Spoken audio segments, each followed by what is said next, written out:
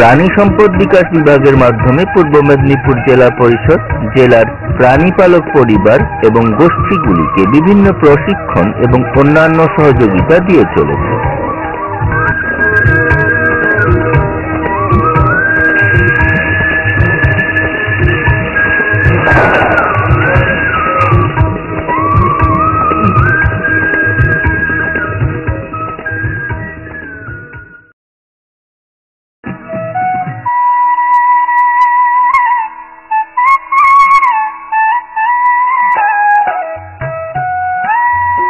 বঙ্কিমচন্দ্রের উপন্যাস থেকে আমরা যা জেনেছি, দাঁড়িয়াপুর গ্রামটা আগে ছিল একটা সমুদ্র কূলবর্তী জায়গা এবং জঙ্গলে ভর্তি। কপালকুণ্ডলা পরিকল্পনার ক্ষেত্রে এই দাঁড়িয়াপুর, এখানেই তিনি রেজিস্ট্রেড হয়ে এসেছিলেন কাজের তাগিদে। কপালকুণ্ডলা উপন্যাসে যে কপালকুণ্ডলা কালী মন্দিরের নাম উল্লেখ আছে, যেখানে কপালকুণ্ডলাকে নিয়ে কালী মন্দিরকে নিয়ে যেটা উপন্যাসে লেখা হয়েছে, সেই কালী মন্দির এখন দীর্ঘদিন থেকে এটা জরাজীর্ণ অবস্থায় ছিল। গ্রামবাসী তথা পঞ্চায়েত, দাঁড়িয়াপুর পঞ্চায়েত, ওনারা সরকারকে অবগত করিয়েছে। সরকারের জেলা পরিষদ থেকে এবং রাজ্য স্তর থেকেও লোকজনরা এসে দেখে গেছেন এই কপালকুণ্ডলা মন্দির সংস্কারের জন্য এবং এই এলাকার কিছু পর্যটন কেন্দ্র হিসেবে গড়ে তোলার জন্য জেলা পরিষদ এবং হেরিটেজ ডিপার্টমেন্ট তারা 14,50,000 টাকা বরাদ্দ করেছে। কপালকুণ্ডলা এই যে মন্দির দেখা যাচ্ছে, এই মন্দির থেকে সামান্য দূরে গেলে পুরনো শিবালয় মন্দির ও প্রাচীনকালের এক শিবালয় মন্দির আছে। ওই মন্দিরও ভগ্ন অবস্থায় ছিল, সেটাকে সংস্কার করার জন্য এবং ওখানে একটা স্ট্যাচু রয়েছে, বঙ্কিমচন্দ্রের স্ট্যাচু।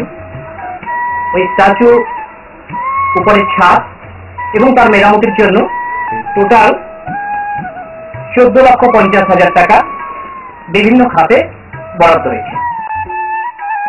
সার কারখানা হচ্ছে প্রজেক্ট, এই যে বাড়ি বাড়ি নোংরা আবর্জনা বয়ে নিয়ে আসা হবে এবং কিছু সার তৈরি করা হবে এবং গোবর, গোটা গোবর বাড়িতে বাড়িতে প্রত্যেকের শুকনো মাল বয়ে নিয়ে আসা হবে এবং ওগুলো নিয়েছে এখানে সার তৈরি করা হবে। এই জলটা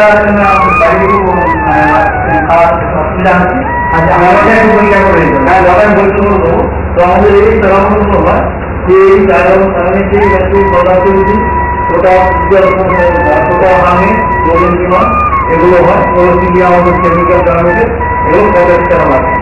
আর এবার আমরা 3 দিন পরে আমার রিপোর্টটা নিয়ে যেতে হবে।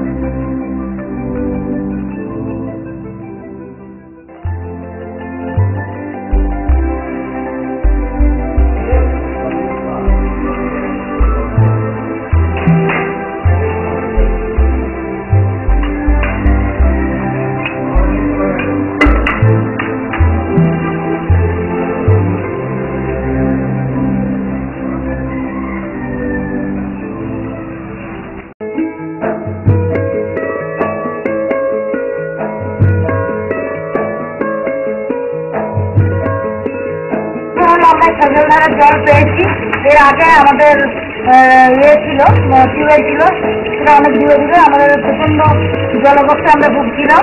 এবার এমনকি এই বর্ধমানপুর বা বিভিন্ন গ্রামও এই জলকষ্টে ভুগছিল, কিন্তু সজলধারা আসার পর আমাদের সেই দুঃখ দূর হয়ে গেছে। আমরা এখন পানীয় জল নিজেরা বাড়িতে পেয়ে যাচ্ছি। এই জন্য আমাদের পরিবার, এমনকি প্রত্যেকটা পরিবার ভীষণভাবে উপকৃত। এই মগরা বেসিন এর দৈর্ঘ্য হচ্ছে মোট 12 কিলোমিটার। এটা রসুলপুর নদী থেকে শুরু হয়েছে, শুরু হয়ে আমাদের এই দেশপ্রাণ ব্লক এলাকার আমাদের 3-4টি গ্রাম পঞ্চায়েতের মধ্য দিয়ে গিয়ে এটা কাঁথি ক্যানেলে, কাঁথি পৌরসভার কাঁথি ক্যানেলে এটা পড়েছে। এই খালটা খুব মজে যাওয়ার জন্যে এখানকার মানুষজনের খুবই অসুবিধে হতো, জল উঠছে যেত, ফলে বন্যা হয়ে যেত, কৃষি ফসল সব নষ্ট হতো। আমরা এই জেলা পরিষদ থেকে এই খালটাকে খননের ব্যবস্থা করেছি। তার ফলে এবছর দেখা গেছে যে এবছর অতিরিক্ত জল হওয়া সত্ত্বেও অনেকটা জল এই খালের মধ্য দিয়ে পাস করেছে, ফসল হানির সম্ভাবনা অনেকটা কমেছে।